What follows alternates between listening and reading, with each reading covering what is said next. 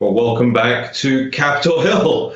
The National Pulse comes to you live from the militarized capital of the United States of America. I think it's something like 30 or 31,000 troops now, either already deployed or about to be deployed here in the nation's capital. Just think about that for a second. Just think about how small Washington, D.C. actually is, how really, really small Capitol Hill is.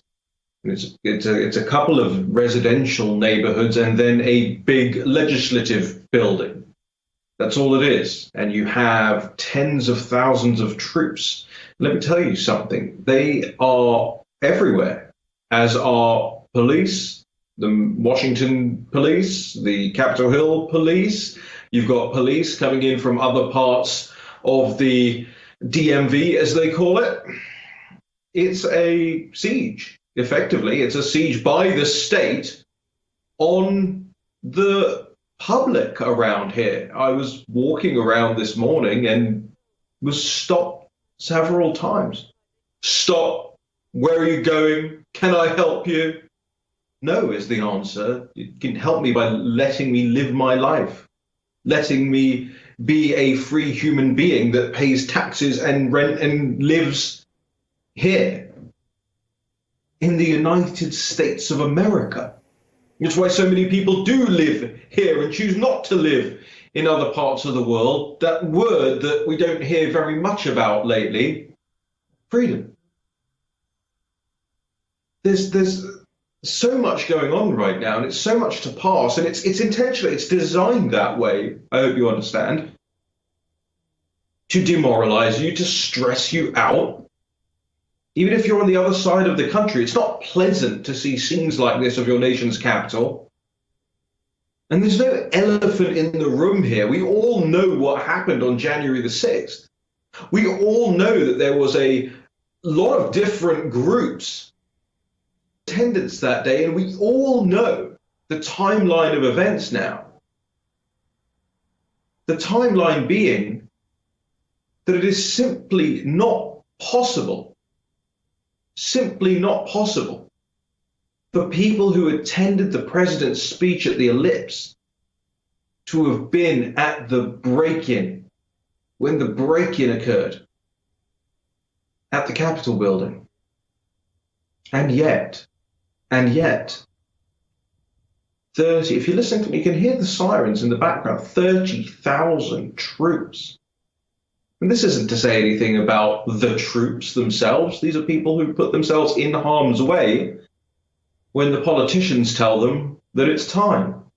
And this time, it isn't in Iraq. And this time, it isn't in Syria. It isn't in Afghanistan. It isn't in sub-Saharan Africa.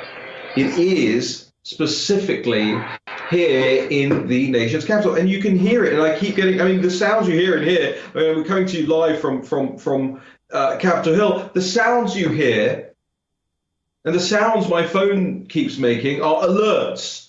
And hey, this is going on. And hey, these streets are shut. If you go and you look, Washington, D.C. alerts, I'm getting one every few seconds at the moment. Hey, this street is shut down. Oh, and by the way, I also get the crime alerts. There's still shootings going on in the bad parts of town.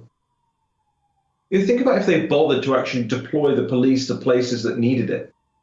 They should bother to deploy the police to the parts of town where people are routinely shot, where carjackings happen all of the time. Vandalism, robberies, all over Washington, D.C. Go ahead and look up the crime rates yourselves. But no, they're all here in one of the most expensive zip codes in the world. Because last Wednesday, some nefarious actors led a charge, and we now know because of John Sullivan and others, Shaman, climate change protesting Shaman, and Democrat sons of judges. We now know who these people are. And the FBI gives a press conference today And you start hearing more and more information coming out right now. I mean, I'm trying to follow it. Listen, think about this. I'm trying to follow it in real time on social media, but so many social media platforms have now deactivated or suspended my account that I can't even follow the news in real time as it breaks. They want us out of the loop, because if we're out of the loop, they control the loop. They control the information flow.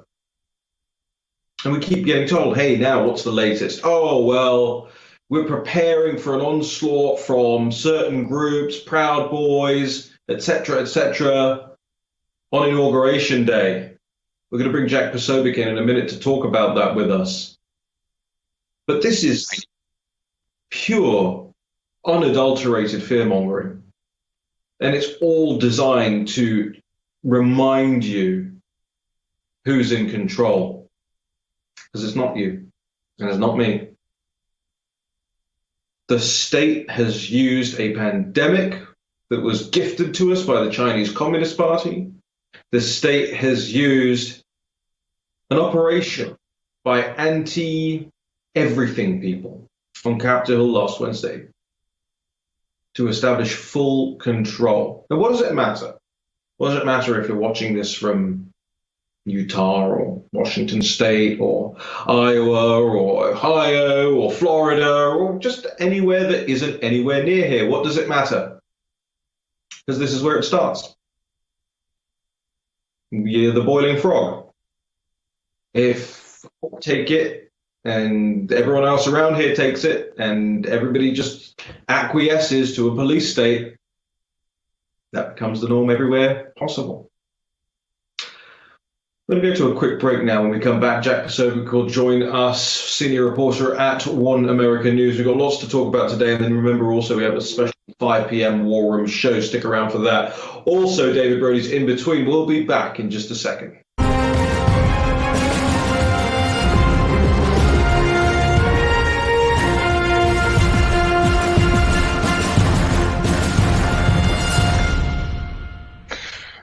Okay, welcome back. Thanks for joining us. Slightly awkward. Can't get around Washington, D.C. right now, so we have to make do with what we've got in our makeshift studio here on Capitol Hill, the militarized Capitol Hill. I want to bring Jack Posobiec from One American News into the conversation here. Jack, you and I follow all of this with, just as much granularity as humanly possible, and we're also kind of on the front lines of it, right? Every day.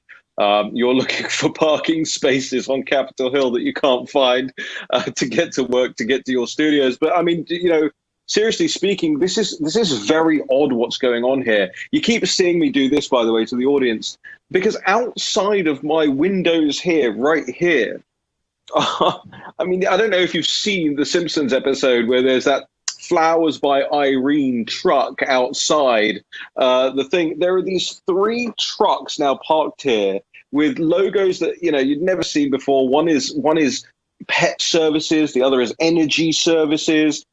I mean, it's kind of obvious what's going on here. For whatever reason, they still think they need to be slick about it or attempt to be slick about it. And it's not paranoia if they are genuinely after you, Jack. Capitol Hill is extraordinary. It just seems, it breaks my heart. I never thought I'd see it in America. Tell us a little bit about the stuff that you've experienced before we get into the nitty gritty of the breaking news.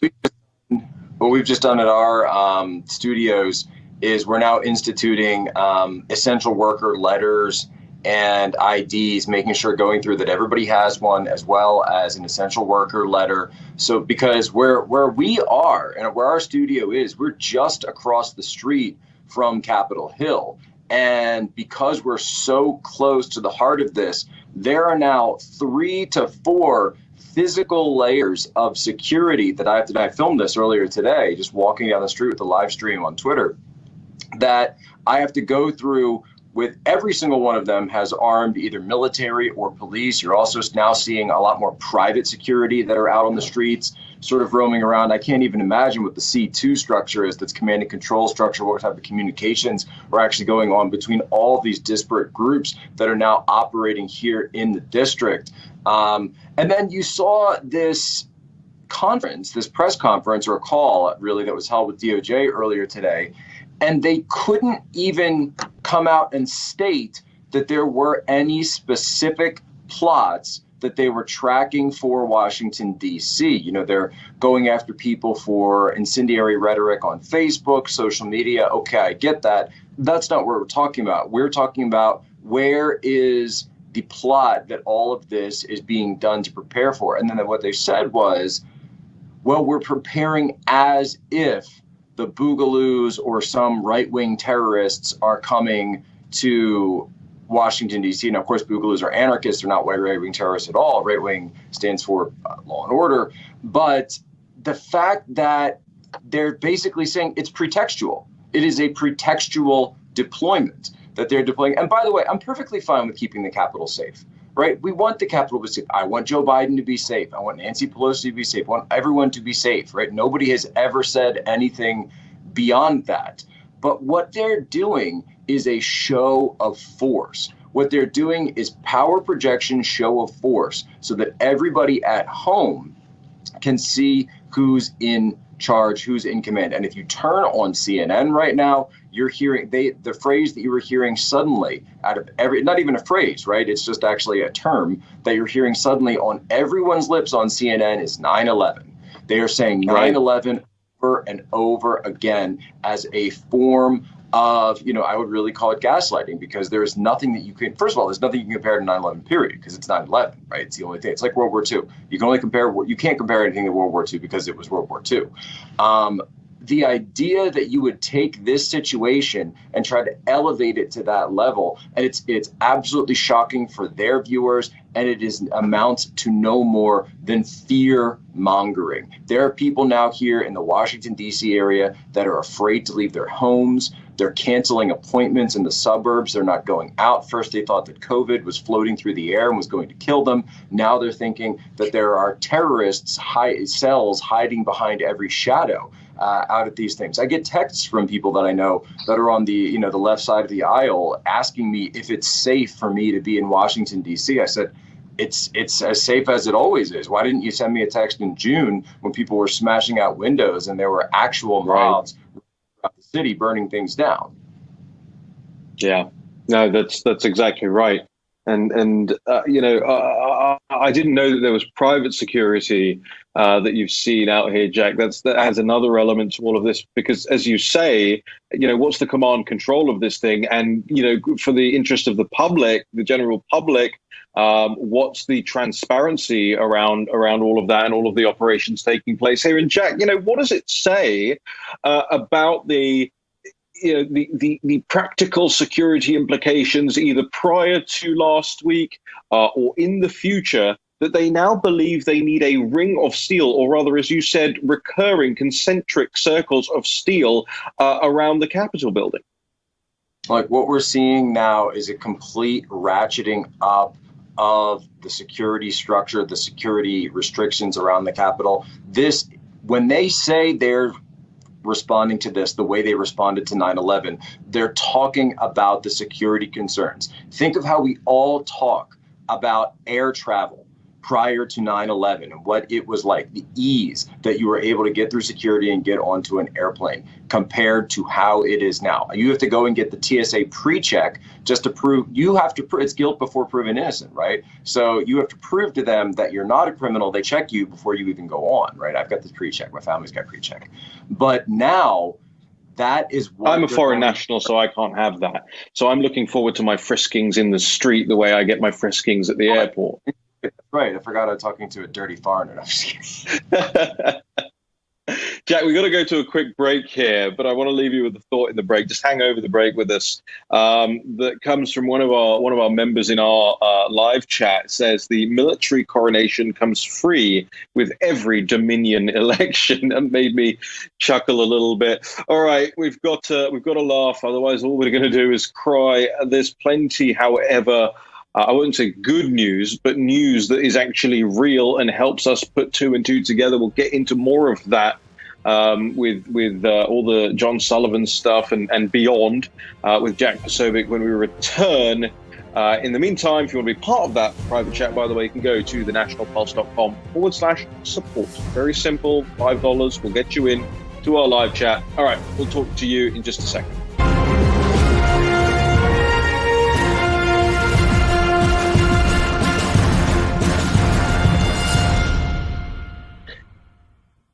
I'm suspended again from Twitter because I tweeted something that the political establishment doesn't like. I can't really figure out why this is so incendiary. All I tweeted was they intend to inaugurate a president to an empty national mall surrounded by 20,000 troops after a victory claimed in the dead of night and a certification of electors in the dead of night. All of those things are absolutely true.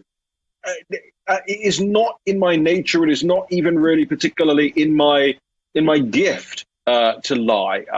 would get pulled down from other things in a heartbeat. This network, for instance, we're on all sorts of different platforms that would remove it instantaneously.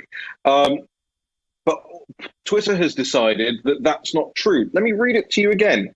They intend to inaugurate a president to an empty national mall. True. Surrounded by 20,000 troops. Well, it's actually more like 30,000. Maybe that's the thing they took issue with. I was too low in my estimates. After a victory claimed in the dead of night. True. And a certification of electors in the dead of night. True. And then I hashtag democracy dies in darkness. True. Jack Posobiec, what did I do wrong? Well, what you did wrong was that you tweeted while conservative. You committed tweeting while conservative. And if you actually go to Rudy Giuliani's Twitter feed right now, you'll see a lot of removed posts as well as tweets with the exact same tag that you're saying there. Now, he hasn't been suspended, but they've essentially adopted a key feature of social justice ideology where, if we can walk it back a little bit, they will always say, AOC talks about this all the time. If you spend enough time with any of them, you hear this phrase, words are violence. They will say words are violence. And so now social media itself is adopting this as their standard for whether or not you are inciting violence through the possible interpretation of your words. This, of course, is not a legal standard found anywhere in Anglo-American jurisprudence. It's not something that you could ever be convicted for in a court of law. But this is the problem for when so many Trump supporters, and my heart goes out to them, but when they say, look, the president didn't say anything incendiary. He said, go make your voice heard, go be peaceful, go cheer on your patriots, right? That's what he said. But the left say it doesn't matter because violence happened, therefore his words equal violence. Right. Let me ask you about this, and to the producers at Real America's Voice, I wonder if we can play this clip from Lieutenant Governor John Fetterman. I wonder if we can roll that. Can we? So this idea that saying that Pennsylvania was rigged or that we were trying to steal the election, unquote, that's a lie. And that you do not have the right. That is not protected speech. The second those tweets went up, they should have been deleted. That's not deplatforming someone. It's deleting lies that are yelling fire in a crowded theater when there is none. And there's a difference. That is not protected speech. He can talk all day about what his favorite football team is or that he's the greatest president in the history of the world. But no one, Republican, Democrat, whatever, has the right to say those kind of incendiary lies. Lies are not protected speech. So let's say he can talk about his football team, he can talk about what a great president he is, but lies are not protected speech. Now, number one, let's accept the premise. Just accept the premise that these are lies. They're not, obviously, but let's accept the premise for a moment and play the thought experiment out. What's the line, Jack Posobiec, between a lie and a difference of opinion? Well, all of that goes back to who determines what is truth. And if you listen to CNN, you go to John Fetterman right there, the ridiculous pro-communist, by the way, lieutenant governor of my home state, Pennsylvania, you will hear him say that he is the arbiter of truth. If you go to CNN right now, they will say Trump spreads lies. Okay, who made CNN? Who made Jake Tapper the arbiter of truth? And who made Jack Dorsey, for that matter, the arbiter of truth, right? This is not their goal. In fact, if you go back to statements that were made early on in social media. They were talking about the open internet, allowing the free flow of ideas. If you go back to the 90s, we used to have this phrase, this colloquial phrase, but it was wonderful. But the conventional saying was, the way to defeat bad speech is more speech. The way to defeat bad ideas is more ideas. Because the minute that you give up that right, you are ceding that right to government, you're ceding that right to corporations, whoever you're ceding it to. You are taking that personal power away from you to say that, look, I don't think you did a good enough job of checking those signatures. I don't think that there was a high level integrity in John Fetterman's mail-in ballot program, period. That's an opinion. But John Fetterman says, no, it's not. He says it's a lie. He says it's a lie for you to disagree with him, for you to criticize your government, and big tech is backing him up. And it's a prosecutable lie in his eyes. It's prosecutable by taking the post down. It's prosecutable by what they're doing right now, just saying to us, unless you adhere, unless you take the struggle session and say Joe Biden won fair and square, then we will come after you. We will prosecute you. We will make sure corporates don't let you on their planes, don't let you on their buses, don't let you ride their ride sharing, don't let you order food from them, don't let you use your credit cards, don't let you have Wi-Fi, have internet, can't go buy televisions. We will control you out of existence if you do not bow down before the power of John Fetterman, who, by the way, wants to run for Senate now, I believe. Very, very interesting developments. Jack, we're running out of time here, so I wonder if you could just hang over for another couple of minutes over the break. I know we've got Kane coming in from Citizen Free Press in the next segment as well, but I do want to just make real quick mention of the details that are coming out and the further details that are coming out about some of these Boogaloo, Antifa, Anti-Everything organizations that are continuing to plan to usurp and to hijack MAGA, America First, pro-Trump rallies, and how very long this has probably been going on for, right under the authorities' noses. They did nothing about it, like they've done nothing about so many other tips they've had in the past. Did we forget what happened very recently? Bomb tips to the FBI, totally ignore them. Oh, kaboom, a bomb went off. Are these places fit for purpose anymore? We'll be right back with that after this break.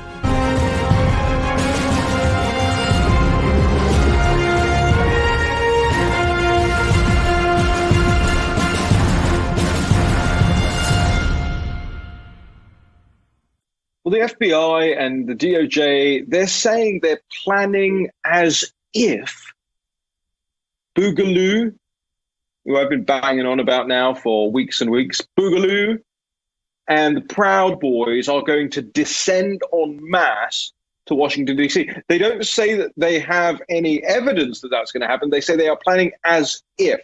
Now, fine, let's assume that they're correct and that lots of these disparate organizations, entities, and individuals intend an attack on Washington, D.C. on January the 20th. What does it say that you need 30,000 National Guard, armed Capitol Police, armed DC PD, police officers from all over the DMV, 3 rings of steel around the Capitol building, concrete blocks being delivered all over town, the entirety of Washington, D.C. shut down to repel such a thing, and that you couldn't in advance realize that this was going to happen on January the 6th and stop this whole thing in its tracks. Jack, do we know where the Las Vegas shooting came from? Do we know anything more about what happened in, was it Nashville very recently? What is going on with these justice agencies?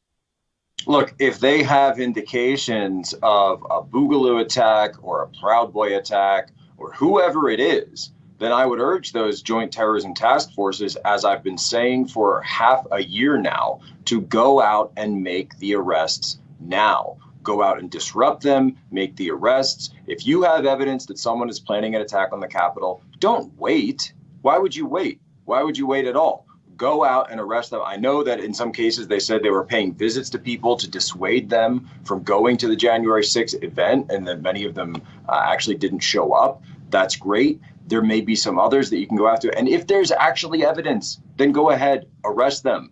That's how you should do this. That's how they would properly work this out. But the reason that they're saying that there is a potential threat, just as if, that is giving them the pretextual basis to ratchet up security measures that quite possibly could become as permanent as they are at TSA. When you go on to board an aircraft anywhere in the United States, everywhere in the world at this point really has those security measures. They are trying to ratchet up a permanent level of security in the security state here in Washington, D.C., a point where, look, I got a 1-month-old son, all right? He has not been able to come to even see my work, right? Now that I bring him out too much at one, but because of these security measures, he's never going to be able to walk around the Capitol like we used to. It's really baffling to me, Jack. Just let's wrap on this point. All of the information that's coming out right now about Sullivan and the woman that went into the Capitol building with him, this documentary filmmaker who you can hear clearly on camera in the clip saying, "Hey, you didn't get me on camera doing anything right," and he's like, "No, don't worry, I'll delete it." Super not sketchy at all. What do we know? What is going on? What's his situation right now? Well, the situation with this guy, and this has been briefed to the president by Chris Wray, the director of the FBI, who, for all intents and purposes, we know will be staying on. They are currently looking at whether more people were involved in the same way that other people use chat groups. He was using a private encrypted chat room where he was having discussions. Some of this is leaked out onto the internet. I know National Pulse has covered it, where they know that other individuals were infiltrating the group, were wearing MAGA clothing. And I know there were some commentators that weren't there and other people saying, "Oh, no, there definitely wasn't Antifa." Well, how do you know? Because they weren't dressed like Antifa, right? That's not exactly the standard of investigation that you need. You need to wait, you need to identify people, and you need to work this out by following the evidence. We're now hearing more information about agent provocateurs that may have been littered throughout this crowd. I called them agitators beginning on. I know I saw one with my own 2 eyes, someone who was trying to agitate this crowd to go further than they had intended. They wanted to stay on the lawn. Agitators were there telling them to move forward. Who were those people? Who brought them in there? Why did they come? And what were their motives?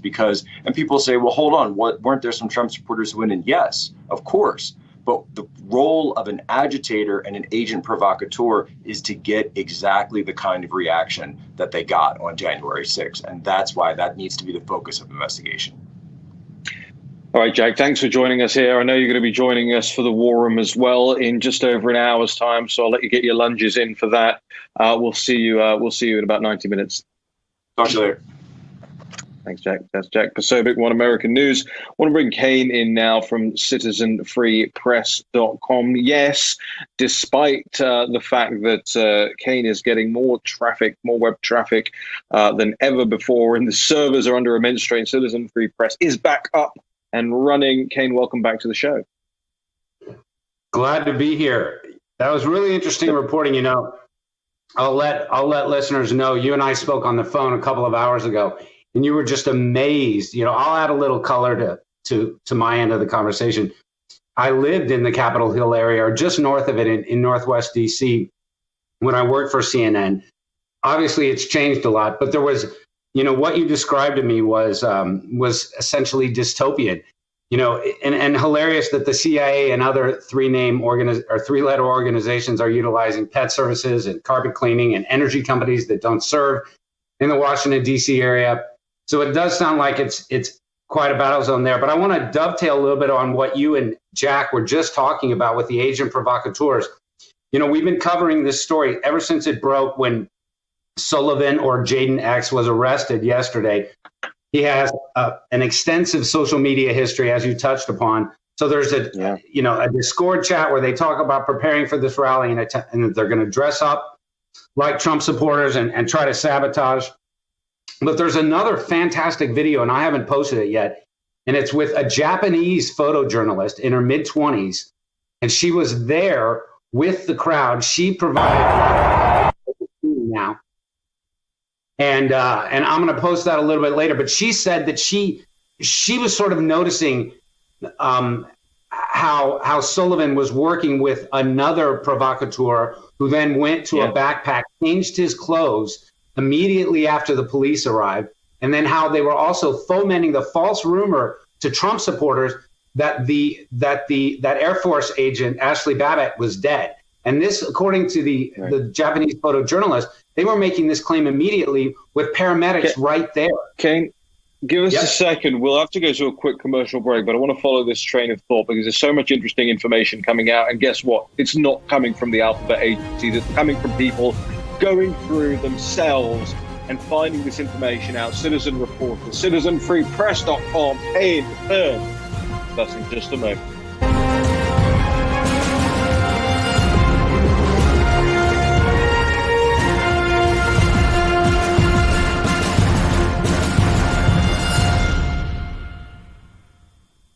Seven hours, 29 minutes, 33 seconds.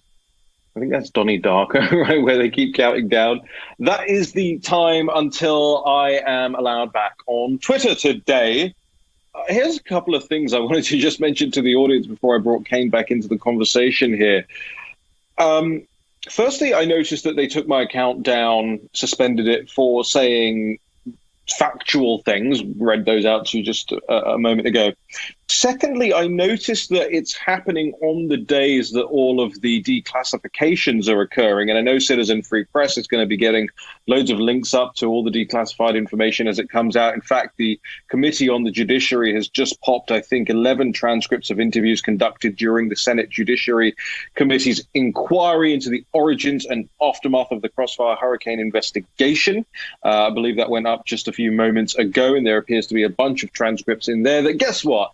I can't now tweet about for the next 7 hours and 28 minutes now.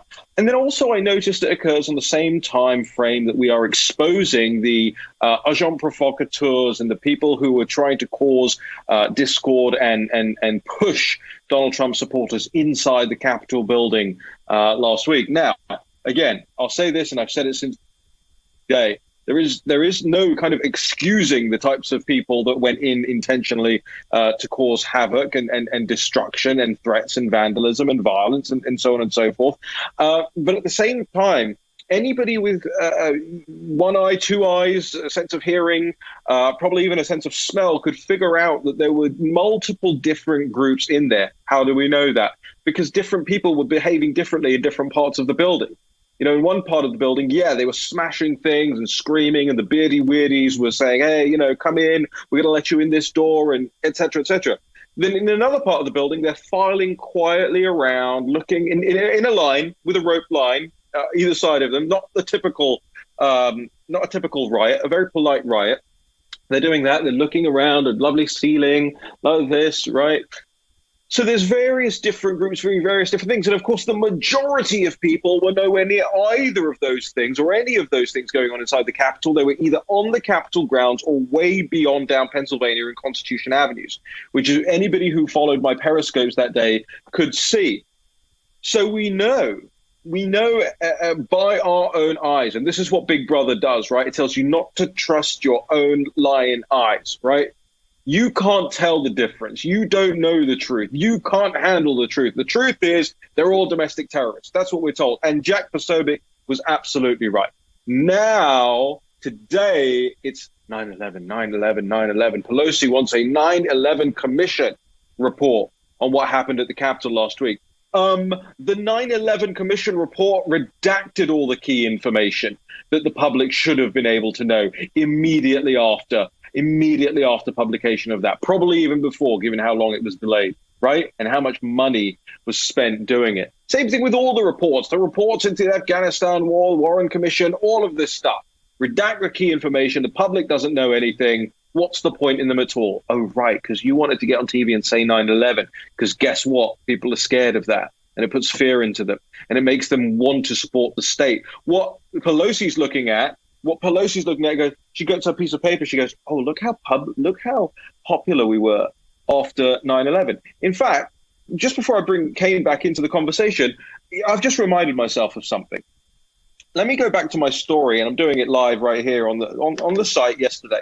Okay, here we go. We're going to load this up. President Trump is still more popular than Congress and the media. Scroll down this story and I talk about how congressional job approval is 15%, how media job approval is 9%, and how the president's job approval is in excess of 39%. So the president more popular. But yeah, I posted the graphic in that article that was shared. I know for a fact it was shared around Congress yesterday. And in that article, it shows that Congress's approval went up to 84%, record high after 9/11. What's the bet that Nancy Pelosi saw that and went, ooh, I'm going to get on TV tomorrow, say 9/11, watch our approval numbers rise, watch people fall into line. No, we're not that stupid. We're not that obsessed with pathos. We've seen through all the lies that have happened since then. I want to bring Kane back into the conversation here. Sorry, I've spoken a lot through this segment, Kane, but there's just so much to reflect on here.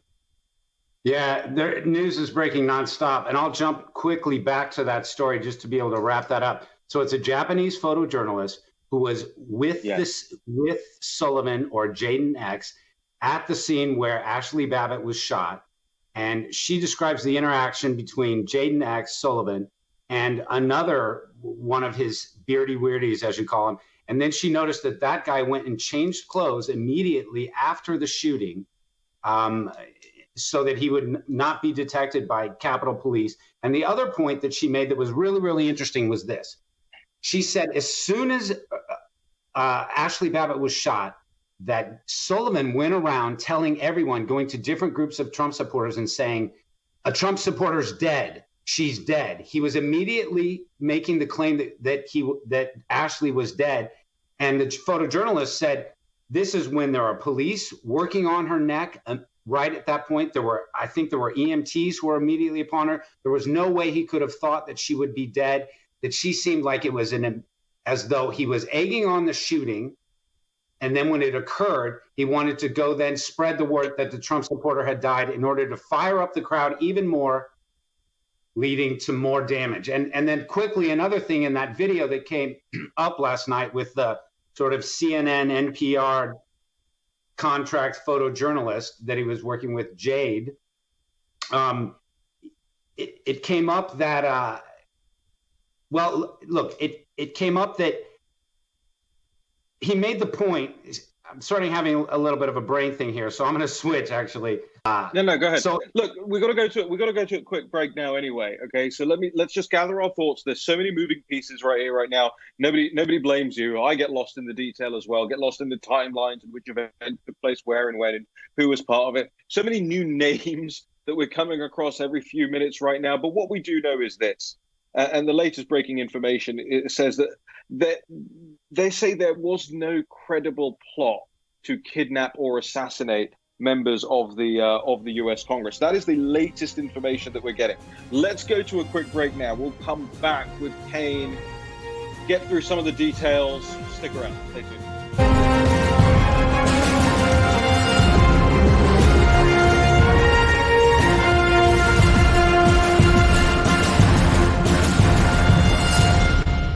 This is, I just don't even know why there aren't uprisings all over the country. Maybe there will be.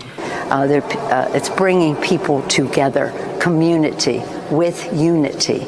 And hopefully that gives us a stronger chance in the United States Senate to get some of this legislation passed and sent on to the president. And to do so in not an accusatorial way and not in an unforgiving way, but in a reaching out. Because people out there, they really want people to come together. That's what I hear them saying. In addition to wanting change, they want it to happen in a way that unifies, not divides America.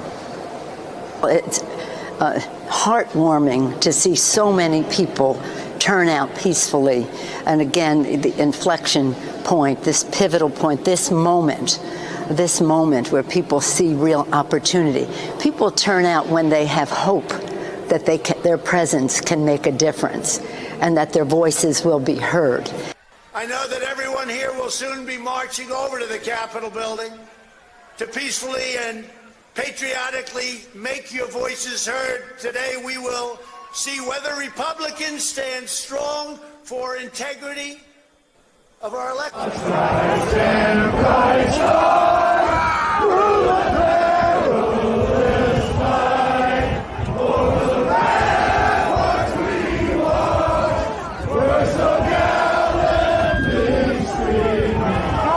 Stand beside and guide her through the light with the light from above. America. Stand beside her. Stand beside and guide her. And guide her. With the light. The President of the United States incited an armed insurrection against America.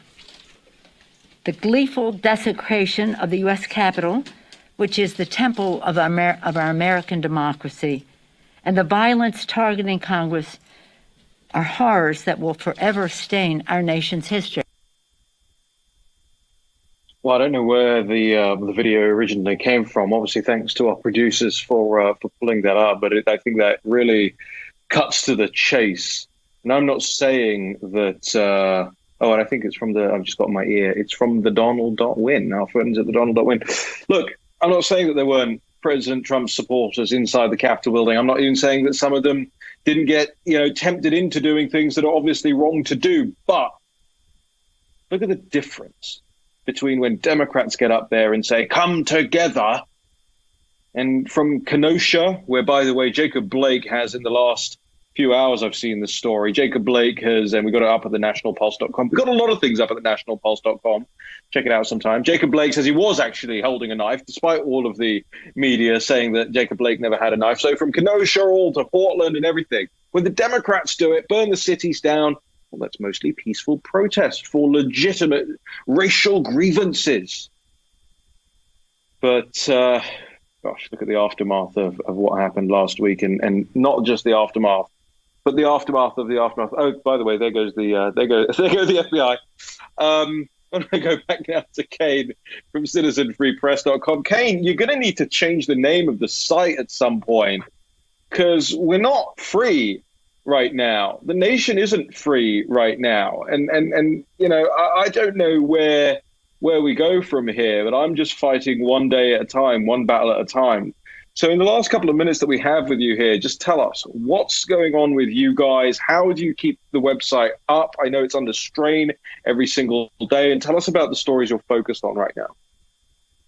Okay, well, this will give you an idea. My most recent comment on the site about 30 seconds ago is, damn disjointed tweets are so hard to follow. Kane, can't you summarize a single paragraph? So that'll let you know readers have no mercy. They don't realize I'm on the show and trying to post stories during the commercial break. So server traffic, yeah, it's been a crazy week. We did a transition 7 days ago. It took 36 hours. The site was down. Now it's up. My current server laughs at my traffic. It's like it's using 6% of the CPU cores. It's literally flying. Now all the outbound links seem slow. Yesterday was a record day since we've had the new server. 4.1 million page views, all flowed through Cloudflare. So I've got 3 different server level caching programs, including Cloudflare, all sort of making sure everything works. I want to say two things quickly. Could you lend some of your server capacity to Gab, please? Because nobody seems to be able to get on there at the moment. Well, yeah, their numbers are huge. We're doing 370,000 uniques, regulars who come to the homepage every day, and they're probably dealing with 3.7 million. So yeah, that's huge. But I want to say a couple quick things, because my readers have been complaining a lot about me and all of us who still use Twitter. Listen, people, if you want to quit Twitter, you may quit Twitter. Go to Gab, go to Parler. We don't care. But if you're a journalist, breaking news happens on Twitter. It is our lifeblood. If I want to do a story and I have to wait for Washington Examiner or Washington Times to put it up, it's going to be an hour after the tweet. I can do it in 3 minutes. You and Natalie can do it in 3 minutes. We can get something up quickly with the tweet, a couple of paragraphs. So stop getting on us for still using Twitter and presenting tweets in our stories. Yeah. Understand, again, that this is sort of the journalist exception. I want to say that, and then the last thing. Yeah, go ahead. Yeah, go ahead. No, you go ahead. My brain fart on the previous segment on that guy Jay Nex was, he kept saying, let's burn it down. To whoever he was talking to, he said, oh, I'm not sure if it's going to, they might already be burning it down. Let's burn it down. He said it 4 or 5 times. And I noticed that in the charging documents as well, that they talked about sort of his provocation. So that's it. I wanted to get that out. The floor is yours, my friend. Well, look, I appreciate your time, Kane. We're up against the end of the show here, so I just want to say thank you, and also say, look, I understand people's frustrations with why I'm using Twitter and why I'm complaining. Why should I be surprised that it came out? I'm not surprised. I'm simply telling people what's going on and why I use it still. Well, look, you're right in 2 senses, Kane. Firstly, news breaks outside of us on Twitter, and we have to be able to have access to that. That's the sad state of affairs. I've said the same thing about Facebook for years and years. You think I want to be on Facebook? No, I mean, I really don't. The other part of it is in order to change more people's minds, I obviously need to reach people who are still just on Twitter. Of course, we really like having everybody over at Parler and Gab and so on and so forth. Make sure you're heading over to citizenfreepress.com and make sure you favorite it, bookmark it. Make sure you also go to thenationalpulse.com/swag. You asked me to get the new swag up. Let's get that one up there. The perfect call, perfect speech, perfect president. Can we see that in close? There you go. You can go to thenationalpulse.com/swag. You asked for it. We made it. It's there for you. We'll see you in about an hour on the war room. I'm going to run over there and convince the police to let me through. All right. See you then.